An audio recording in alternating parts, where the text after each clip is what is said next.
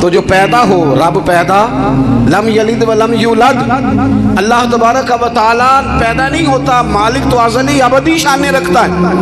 اس لیے عقیدہ توحید بندے کو مضبوط کر دیتا ہے۔ انسان جب عقیدہ توحید والا ہو جاتا ہے، اور نبی پاک علیہ السلام دنیا میں رب کی طرف بلانے آئے، وداعیا الی اللہ باذنہ وسراجا منیرا، حضور نے لوگوں کو اللہ کی جانب دعوت دی۔ جب انسان توحید والا ہو جاتا ہے تو مضبوط ہو جاتا ہے، وہ کسی سے نہیں ڈرتا، وہ سمجھتا ہے ہونا تو وہ ہے جو میرا رب چاہے گا، مجھے پریشان ہونے کی ضرورت کیا ہے۔ پھر اس کا بھروسہ بھی اللہ تعالیٰ پر، اس کی امیدیں بھی اللہ رسول سے، اس کی توجہات کا قبلہ بھی سارا ادھر ہی۔ تو حضور نے لوگوں کو عقیدہ دیا، مضبوط کیا۔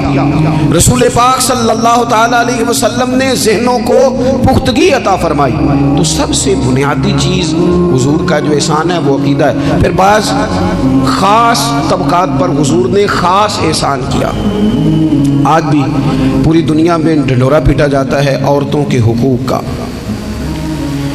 پوری دنیا کے اندر، اور بعض لوگ عورتوں کو بڑا دھوکہ دیتے ہیں، کہتے ہیں تمہیں حق نہیں ملتے لہٰذا تم سڑکوں پہ آ جاؤ، معاذ اللہ، تمہیں حق نہیں ملتے لہٰذا تم معاذ اللہ بازاروں کی رونق بن جاؤ۔ عورتوں کو بڑا پریشان کیا جاتا ہے حقوق کے تعلق سے۔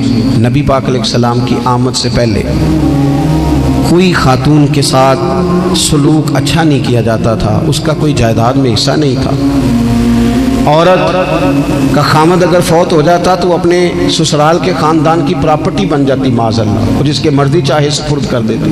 ہندوستان کے بعض علاقوں میں ایسی کبھی رسمیں بھی پائی جاتی تھی کہ بعض عورتیں اپنے خامد کے ساتھ جل جانا مناسب سمجھتی تھی کہ بعد میں کوئی زندگی تو ہوگی نہیں، اور بیوہ خاتون اور طلاق یافتہ خاتون، اس کے بارے میں تو لوگوں کا خیال تھا کہ شاید یہ خاتون بالکل سوسائٹی اور سماج کا حصہ ہی نہیں ہونی چاہیے۔ قربان جائیں، یہ اعزاز میرے نبی پاک نے دیا ہے۔ حضور نے پہلی شادی ہی اس خاتون سے کی ہے جن کا پہلے بھی نکاح ہو چکا تھا، اور خاتون کو حضور نے حقوق دیے، جائیداد میں حصہ دیا۔ کہا جو بیٹیوں کی بہنوں کی پرورش کر کے آئے گا اور اچھی پرورش کر کے انہیں روانہ کر دے گا، جس طرح میری دو انگلیاں جڑی ہوئی ہیں میرے ساتھ جڑ کے جنت میں جائے گا۔ اور ایک روایت میں فرمایا کہ جب کسی کے ہاں بیٹی پیدا ہوتی ہے نا تو اللہ فرشتوں کو بھیجتا ہے، اور وہ اس کے گرد کھڑے ہو جاتے ہیں اور گھر والوں کو سلام کہتے ہیں، اور کہتے ہیں یہ ضعیفہ ایک ضعیفہ سے پیدا ہوئی ہے، یہ کمزور، یعنی صنف کے لحاظ سے کمزور نازک بچی ایک نازک ماں سے پیدا ہوئی ہے۔ فرشتے کہتے ہیں جو اس کی پرورش کرے گا نا اللہ قیامت تک اس کی مدد کرے گا، اس کی ہمیشہ مدد ہوتی رہے گی۔ اور نبی پاک صلی اللہ تعالیٰ علیہ وسلم کی خدمت میں آ کے جب خواتین نے کہا تو نا یا رسول اللہ ہمارے تو دین دنیا کے معاملات میں مردوں کے تعلق سے کمزوری ہے، کئی دن تو ہم ویسے نماز نہیں پڑھ سکتی مہینے میں، کئی دن تو ہم ویسے عبادات کے قریب نہیں جا سکتی، جہاد پہ ہم نہیں جاتی، گواہی ہماری مردوں کے برابر نہیں، تو یا رسول اللہ صلی اللہ علیہ وسلم ہمارا بھی کوئی اعزاز ہے؟ تو حضور نے فرمایا جب کوئی خاتون حاملہ ہوتی ہے نا تو اللہ اسے اتنا ہی ثواب دیتا ہے جتنا جہاد کرنے والے کو ثواب دیتا ہے، اور جب بچہ پیدا ہوتا ہے تو اللہ تعالیٰ اسے شہادت کا درجہ عطا کرتا ہے، اور جب وہ بچوں کو دودھ پلاتی ہے تو رب اسے غلام آزاد کرنے کا ثواب عطا کرتا ہے۔ ایک دفعہ نا نبی پاک صلی اللہ تعالیٰ علیہ وسلم کی خدمت عالی مرتبت میں حضرت عائشہ صدیقہ رضی اللہ تعالیٰ عنہ نے ایک واقعہ عرض کیا۔ عرض کی حضور آج میرے ساتھ عجیب معاملہ ہوا، میں گھر میں اکیلی تھی تو ایک خاتون دو بیٹیوں سمیت آئی، اس نے کہا کہ میں بھی بھوکی ہوں، میری بیٹیاں بھی پریشان ہیں، کھانا نہیں کھایا۔ سیدہ پاک کہتی ہیں یا رسول اللہ میرے پاس بھی 3 کھجوریں تھیں گھر میں پڑی، یہ 2 جہاں کے شاہ ہیں پر پاس کچھ رکھتے نہیں، اور 2 جہاں کی نعمتیں ہیں ان کے خالی ہاتھ میں۔ فرماتی ہیں وہ 3 کھجوریں میں نے ان 3 ماں بیٹیوں کو دے دی، ماں نے پہلے ایک ایک کھجور دونوں بیٹیوں کو دی، پھر بچیاں وہ کھجور کھا کے ماں کی طرف دیکھنے لگی، تو جو کھجور ماں کے پاس تھی اماں نے اس کے بھی 2 حصے کر کے بیٹیوں میں بانٹ دیے۔ حضرت عائشہ عرض کرنے لگی یا رسول اللہ میں نے یہ بڑا نرالا رنگ دیکھا ہے، ماں کا اپنے بچوں سے پیار کا انداز۔ تو حضور نے کیا فرمایا؟ نبی پاک علیہ الصلوۃ والسلام فرمانے لگے سن پھر اللہ تعالیٰ نے اس عورت پر جنت کو واجب کر دیا ہے۔ فرمایا اللہ نے اسے جہنم سے دور کر دیا جو بیٹیوں کے معاملے میں آزمایا گیا، اور جس نے پھر ان کے ساتھ اچھا سلوک کیا۔ اپنا حضور کا عمل یہ تھا کہ حضور کی بڑی صاحبزادی سیدہ زینب رضی اللہ تعالیٰ عنہ، یہ حضور کی سب سے بڑی صاحبزادی ہیں، یہ بخاری میں آپ کو ملے گا کہ ان کی بیٹی جناب امامہ بنت زینب چھوٹی سی عمر تھی، تو جب حضور نماز کے لیے آتے تھے تو نواسی کو اٹھا کے ساتھ لے آتے تھے، اور وہ حضور نماز پڑھتے تھے تو وہ نبی پاک کے کندھوں پہ کھیلتی تھی۔ حضور نے عملاً بیٹیوں سے پیار کرنا سکھایا، بیٹیوں سے محبت کریں، بیٹیوں سے پیار کریں۔ بیٹیاں بڑی خیرخواہ ہوتی ہیں، بیٹیاں ماں باپ کی بڑی وفادار ہوتی ہیں، بیٹیاں بڑا خاص تعلق رکھتی ہیں۔ جوانوں، آپ سے بھی کہوں گا بہنوں کی طرف توجہ رکھیں، جو کسی کی بہن آپ کے گھر ہے اس کا بھی خاص احساس کریں، وہ بھی کسی کی بہن ہے، لیکن اپنی بہن کے ساتھ بھی خاص نسبت کا تعلق قائم رکھیں۔ رشتوں میں اعتدال ہونا چاہیے۔ اس صنف کو نبی پاک علیہ السلام نے خاص کر کے نوازا ہے، اور ہمارا بھی ان کے ساتھ خاص رشتہ ہونا چاہیے۔ اسی طرح کا معاملہ یتیموں کے ساتھ ہے، کمزوروں کے ساتھ ہے۔ دیکھو آج نا ہمارے ہاں کمزوروں، غریبوں، مسکینوں، یتیموں کی مدد تو کی جاتی ہے، لیکن انہیں لوگ اپنے ماحول کا حصہ نہیں بناتے۔ یعنی کبھی گئے تو غریبوں میں آٹا بانٹا ہے، کبھی گئے تو غریبوں میں جا کے کپڑے تقسیم کر رہے، کبھی گئے تو غرباء کو کچھ وقتی طور پر کچھ ضروریات زندگی دے دی، کبھی عیدیاں بانٹ دی، کبھی سیلاب زدگان میں چلے گئے۔ غرباء کو کچھ نہ کچھ صدقات تو دے دیے جاتے ہیں، ان پر کچھ خیرات تو کر دیا جاتا ہے، لیکن انہیں سوسائٹی کا ماحول کا حصہ نہیں بنایا جاتا۔ حضرت عبداللہ ابن عمر کہتے ہیں نبی کریم علیہ السلام کے پاس نا 10 دینار تھے، ویسے تو کائنات ہی میرے نبی کی مٹھی میں ہے، لیکن ظاہری طور پر 10 دینار تھے۔ حضور ایک دکان پہ گئے، 4 دینار کا حضور نے ایک جوڑا خریدا، کپڑے خریدے، وہ قمیض حضور نے پہنی۔ ایک انصاری آگے بڑھ کے عرض کرنے لگے حضور میرا بڑا دل کر رہا ہے، یہ مجھے نہیں دے دیتے آپ؟ تو حضور خوش ہو گئے۔ یہ میرے محبوب کا دروازہ ہے کہ جب کوئی مانگتا ہے تو حضور خوش ہو جاتے ہیں۔ نبی کریم سے مانگا اس شخص نے تو حضور خوش ہو گئے، اور محبوب نے وہ کرتا، وہ کپڑے اتار کے اس انصاری کو عطا کر دیے، اور 4 دینار کے اور خرید لیے، باقی بچے 2 دینار۔ نبی کریم وہ لے کے نکلے، رخصت ہوئے گھر جانے کے لیے، تو رستے میں خاتون کو روتے ہوئے دیکھا، حضور رک گئے، فرمایا کیوں رو رہی ہو؟ عرض کرنے لگی یا رسول اللہ صلی اللہ تعالی علیہ وسلم میں فلاں آدمی کی کنیز ہوں، نوکرانی ہوں، اس نے آٹا لینے بھیجا تھا 2 دینار کا، وہ 2 دینار گم ہو گئے، حضور نے 2 دینار اسے عطا کر دیے، وہ دیے تو وہ پھر رو رہی تھی۔ فرمایا اب کیوں روتی ہو؟ کہنے لگی یا رسول اللہ ڈرتی ہوں دیر بڑی ہو گئی ہے، مار ہی نہ پڑے۔ تو حضور نے فرمایا چل نہ، میں تیرے ساتھ چلتا ہوں۔ حضور ان کے گھر گئے، وہ اہل ایمان کا گھر تھا جن کی وہ کنیز تھی، جا کے کہا السلام علیکم، اندر سے جواب ہی نہیں آیا۔ پھر فرمایا السلام علیکم، کوئی جواب ہی نہیں آیا۔ محبوب کا طریقہ مبارکہ تھا 3 دفعہ دستک، پھر واپسی، تیسری دفعہ کہا السلام علیکم، تو وہ سارے بول پڑے وعلیکم السلام یا رسول اللہ، حضور ماں باپ قربان۔ تو حضور فرمانے لگے میں نے پہلے بھی 2 دفعہ سلام لیا، بولا کوئی نہیں، کہا یا رسول اللہ اپنے نصیب تھے نا کہ ہم پہ سلامتیاں بھیج کون رہا ہے، ہم نے سوچا ذرا 3 دفعہ مل جائے سلامتی، ذرا مل جائے نا، حضور سلامتی بھیج رہے ہیں تو آتی رہے نا۔ تو محبوب کریم علیہ الصلوۃ والسلام فرمانے لگے یہ تمہاری کنیز وہاں کھڑی رو رہی تھی، اس بیچاری کے 2 دینار گم ہو گئے تھے، اسے دوبارہ سامان لاتے کچھ دیر ہو گئی، اس پر سختی نہ کرنا، مارنا نہ۔ غلام کہنے لگے حضور اس خاتون کے قربان جائیں جو ہمارے کریم رسول کو ہم جیسے غریبوں کے گھر تک لے آئی ہے، مارنا کیا، ہم اسے آزاد کرتے ہیں، یہ آزاد ہے اللہ کی رضا کے لیے۔ یہ دیکھو یہ میرے نبی پاک کا انداز ہے۔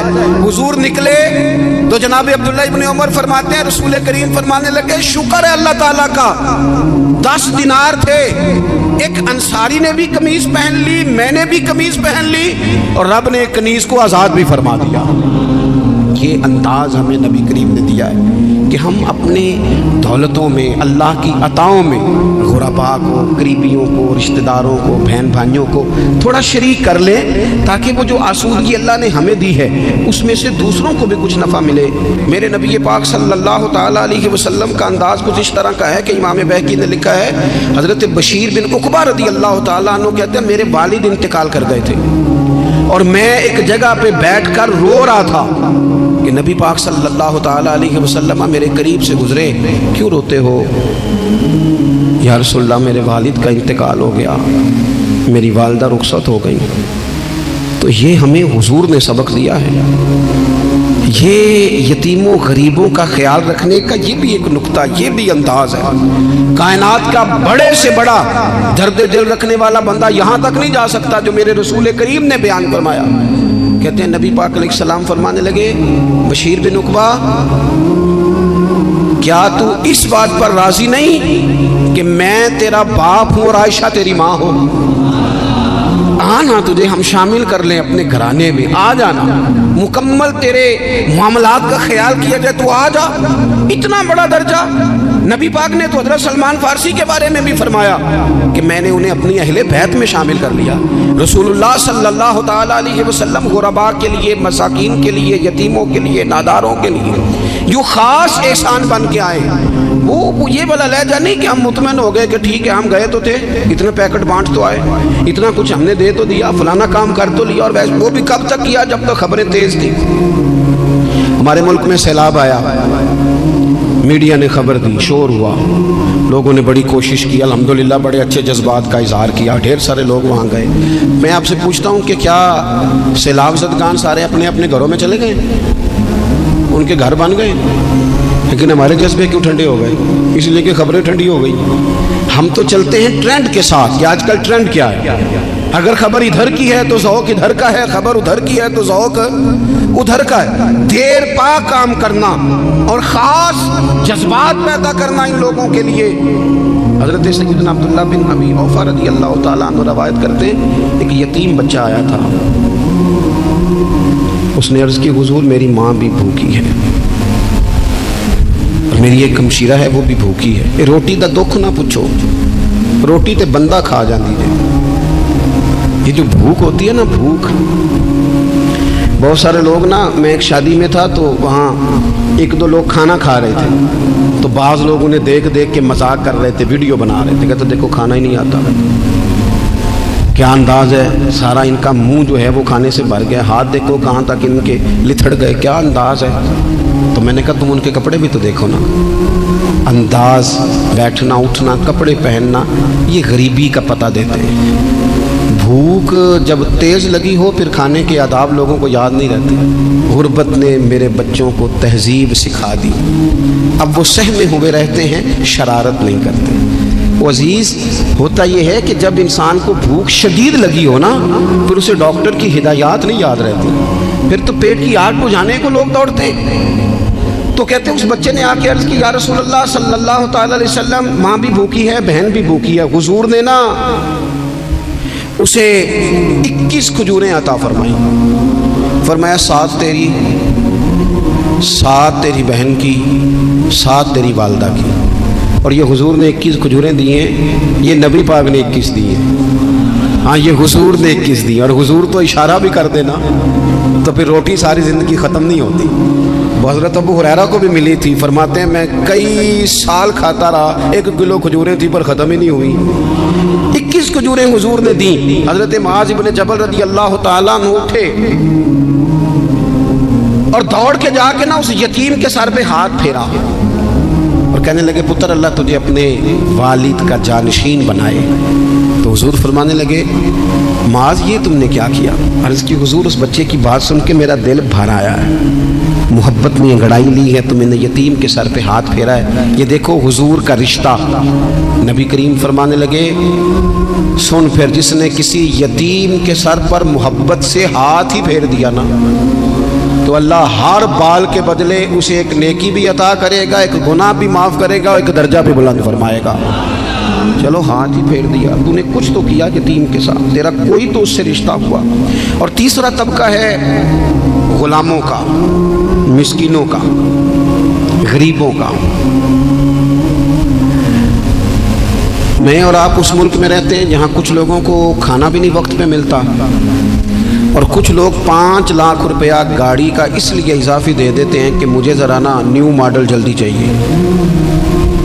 یعنی ایک طرف ملک کی حالت یہ ہے کہ بعض لوگوں کے پاس پیسے نہیں ہیں کہ بچوں کی فیس بھر سکے، لیکن دوسری طرف حال یہ ہے کہ نئے ماڈل کا موبائل اگر مارکیٹ میں آتا ہے تو وہ ختم ہو جاتا ہے، ملتا ہی نہیں، وہ شارٹ ہو جاتا ہے۔ کچھ لوگوں نے اس طرح کیا ہے کہ انہوں نے یہ سمجھا ہے کہ دولت شاید موج کرنے کے لیے ہمیں دی گئی ہے، ہم طرح طرح کے کھانے کھائیں، طرح طرح سے چیزیں اڑیں، طرح طرح کے معاملات کریں، انہوں نے یہ طے کر لیا ہے۔ اس کا نقصان کیا ہوا ہے؟ اس کا نقصان یہ ہوا ہے کہ کچھ لوگ غربت کی سطح سے نیچے آ گئے ہیں بیچارے۔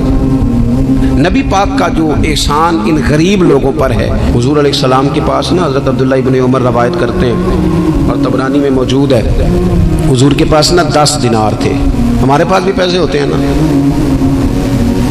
لیکن وہ کچھ ہوتے ہیں ہمارے کھانا کھانے کے لیے، کچھ ہوتے ہیں آئس کریم کھانے کے لیے، کچھ اس لیے ہوتے ہیں کہ آج میری مرضی دا نہیں پکا، لہذا میں نے، ہمارے ایک دوست ہیں وہ کہتے ہیں کہ آج کل یہ ماحول بن گیا ہے کہ بچے اگر کہتے ہیں نا کھانا میری مرضی کا نہیں، تو اماں کہتی ہے جا تو برگر کھا لے۔